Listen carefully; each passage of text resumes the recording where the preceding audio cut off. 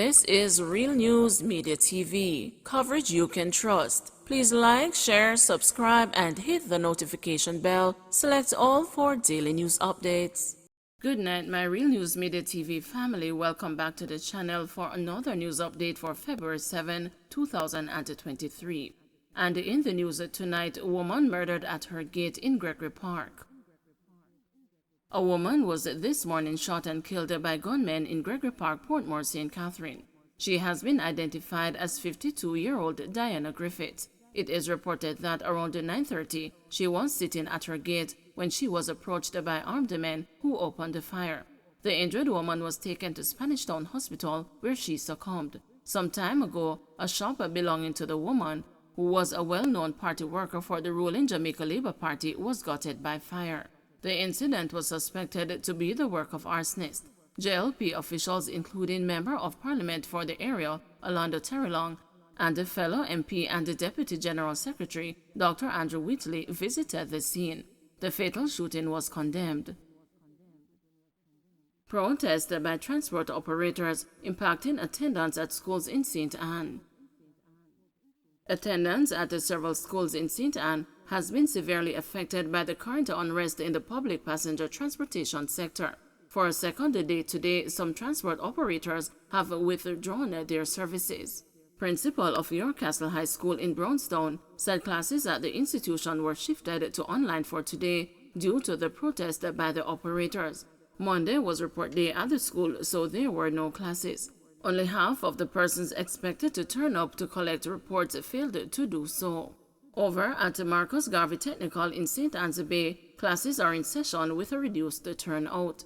Today is worse than yesterday, said Principal Aniona Jones. According to Jones, Monday's turnout was around 55%, while today the figure fell to between 40 and 50%.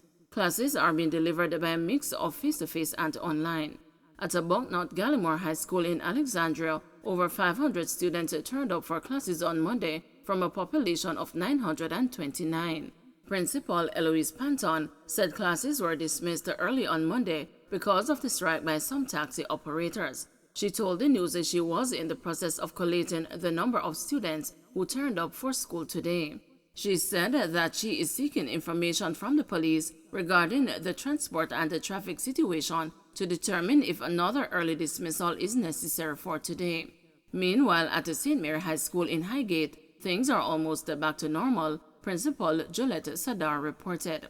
Just over 50% of students turned up for classes on Monday, she said. The principal said while travel was affected Monday morning, the situation improved in the afternoon, allowing students to reach home safely and on time.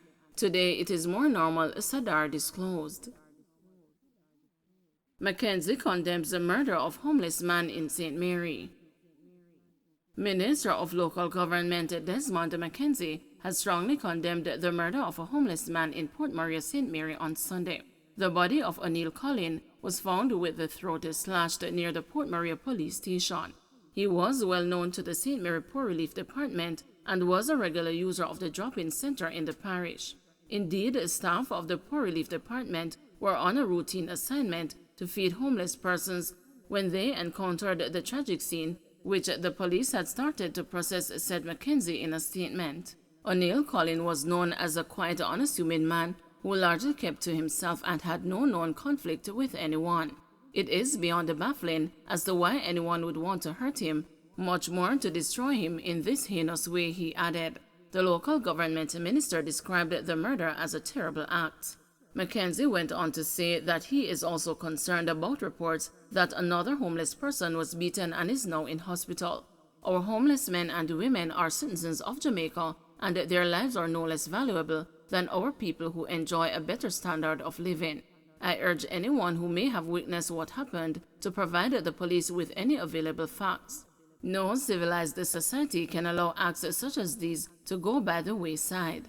While we do not yet know the circumstances of Colin's death, I want to urge our homeless population to use the night shelters regularly, not only for food and hygiene, but also for security. UTech staff continue sick out. Almost 600 workers at the University of Technology continue to press for the approval of the complement of posts attached to the tertiary institution. The workers have called out sick for a second straight day over the lack of progress on the approval of the current staff establishment. The technical and the auxiliary staff have joined the administrative staff in the protest. Jeanette Grayson, president of the University of Technology Administrative Staff Association, said the last establishment was approved in 1995, and since then, the staff complement has increased by more than 800 members. Mrs. Grayson said without the approval of the current establishment, any increase in wage and benefits would not aid those who were employed subsequent to 1995. So in order for us to get all the things that we're advocating for, or at least some of the things, the establishment must be approved. And we have not heard anything from the management as to where they are saying to us that they have written to the Ministry of Education, but we have not been getting any information, tangible information from them to say, okay, we are at this place where the establishment is concerned. When we ask our management, what are the issues that you're facing when you go to the ministry, they are not able to say to us definitively, these are the issues that we face, this is what we are up against. They can't say. All they're saying to us is that they have written, they have gone, but yet we are still nowhere with this new establishment. St. Anne construction worker charged over gun attack. The police in St. Anne have charged a man over a gun attack in Parry Town that left another injured. Charged with wounding with intent, possession of a prohibited weapon, unauthorized possession of ammunition, and using a prohibited weapon to commit a felony is a 37-year-old construction worker, Ricardo Samuels, of Parry Town in Ocho Rios. The police say the shooting happened about 1 a.m. on Wednesday, February 1.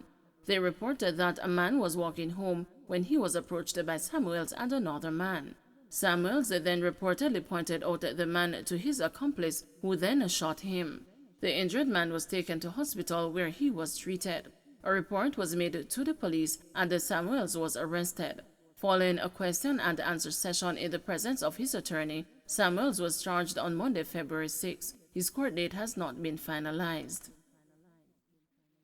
St. James, a farmer charged with arson after man's house set ablaze. A 23-year-old farmer has been charged with arson after he allegedly set a man's house on fire in Stonehenge, St. James on February 3. Charged is TJ Holmes, otherwise called the TJ, of a Stonehenge address. Reports from the Montego Bay police are that about 7:55 a.m., a man was at home when Holmes attacked him and set his house on fire. The man managed to put out the fire, however, Holmes reportedly set the house ablaze again, which eventually destroyed the dwelling. A report was made to the police and Holmes was arrested on Monday, February 6. After a question and answer segment in the presence of his attorney, Holmes was charged. A court date for him has not been finalized. Don't forget to like, share, subscribe, and hit the notification bell. Select all for daily news updates.